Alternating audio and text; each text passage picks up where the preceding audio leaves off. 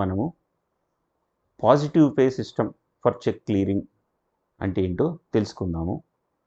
ఇప్పుడు అంతకుముందు అయితే మనం చెక్ కనుక ఎవరికన్నా ఇస్తే ఆ చెక్ ఆటోమేటిక్గా క్లియరింగ్లో వస్తే మీ అకౌంట్లో కనుక బ్యాలెన్స్ ఉంటే మీ చెక్ క్లియర్ అయిపోతుంది.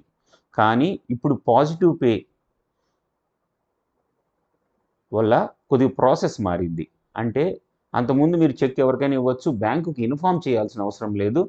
ఆ కస్టమర్ కనుక దాన్ని క్లియరింగ్లో ప్రజెంట్ చేస్తే అది ఆటోమేటిక్గా పాస్ అయిపోతుంది. కాబట్టి ఇందులో కొన్ని ఫ్రాడ్స్ జరిగే ఛాన్సెస్ ఉంటుంది. అంటే ఒక ఆర్గనైజేషన్లో పనిచేసే కొంతమంది ఫ్రాడ్ చేసే ఛాన్సెస్ ఉంటుంది. కొన్ని చెక్స్ని మిస్యూజ్ చేసే ఆప్షన్ ఉంటుంది.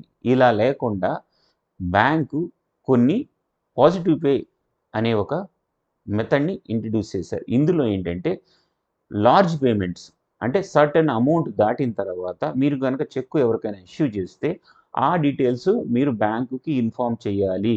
అప్పుడే మీ చెక్ పాస్ అవుతుంది. లేదంటే బ్యాంకు దాన్ని రిజెక్ట్ చేసేస్తుంది.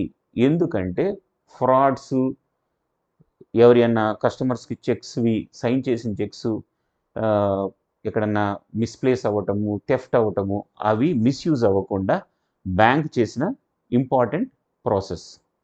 ఓకే, ఈ ప్రాసెస్లో ఏంటంటే కస్టమరు చెక్ డీటెయిల్స్ ఎవరికి ఇచ్చారు, బెనిఫిషియరీ నేమ్ ఏంటి, పేయీ నేమ్, అమౌంట్ ఎంత, ఇలాంటివన్నీ మీరు ఎలక్ట్రానిక్ మోడ్లో కానీ మీ ఎస్ఎంఎస్ ద్వారా కానీ మొబైల్ యాప్ ద్వారా కానీ ఇంటర్నెట్ బ్యాంకింగ్ ద్వారా కానీ ఏటీఎం ద్వారా కానీ కస్టమరు బ్యాంకుకి ఇన్ఫార్మ్ చేయాలి. సో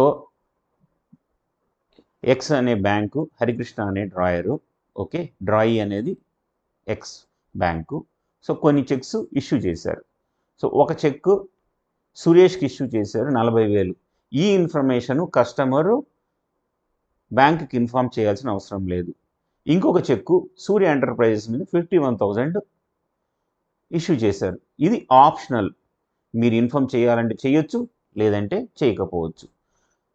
10th మార్చ్ రోజు కాలేజీకి ఫీజు ప్రకారం 5,20,000 చెక్ మీరు ఒక యూనివర్సిటీకి కానీ కాలేజీకి కానీ ఇచ్చారు. ఇలాంటి సిచ్యువేషన్లో మీరు కంపల్సరీగా మ్యాండేటరీగా బ్యాంకుకి ఈ చెక్ యొక్క డీటెయిల్స్ ఇవ్వాలి. లేదంటే చెక్ ప్రజెంట్ చేస్తే రిటర్న్ అయిపోతుంది. Bank verification. సో బ్యాంక్ వాళ్ళు ఏం చేస్తారంటే క్రాస్ వెరిఫై చేస్తారు. ఈ చెక్ వచ్చినప్పుడు దీనికి సంబంధించిన డీటెయిల్స్ మన కస్టమర్ నుంచి వచ్చాయా లేదా వెరిఫై చేసే అప్పుడు దీన్ని క్లియర్ చేస్తారు. So positive pay is CTS and make it available అన్ని బ్యాంక్స్కి ఇది అవైలబిలిటీ ఉంది. 50,000 లోపలైతే మీరు బ్యాంకుకి ఇన్ఫార్మ్ చేయాల్సిన పర్లేదు. 50,000 పైన అయితే ఇది ఆప్షనల్. ఇవ్వాలంటే ఇవ్వచ్చు, లేదంటే లేకపోవచ్చు. కానీ check amount 5 lakhs and above అయితే మ్యాండేటరీగా మీరు బ్యాంకుకి ఇన్ఫార్మ్ చేయాలి. లేదంటే చెక్ రిటర్న్ అవుతుంది. ఇది చాలా ఇంపార్టెంట్ ఇన్ఫర్మేషన్ అండి. కాబట్టి మీరు తప్పకుండా మీరు 5 lakhs అండ్ అబోవ్ చెక్స్ ఇచ్చినప్పుడు మ్యాండేటరీగా బ్యాంక్ ఇన్ఫార్మ్ చేయండి. సో చెక్స్ ప్రజెంట్ అయినప్పుడు ఆ చెక్స్ రిటర్న్ అవ్వకుండా ఉంటాయి. నా ఛానల్ నచ్చితే లైక్ చేయండి, సబ్స్క్రైబ్ చేయండి, మీ ఫ్రెండ్స్కి షేర్ చేయండి.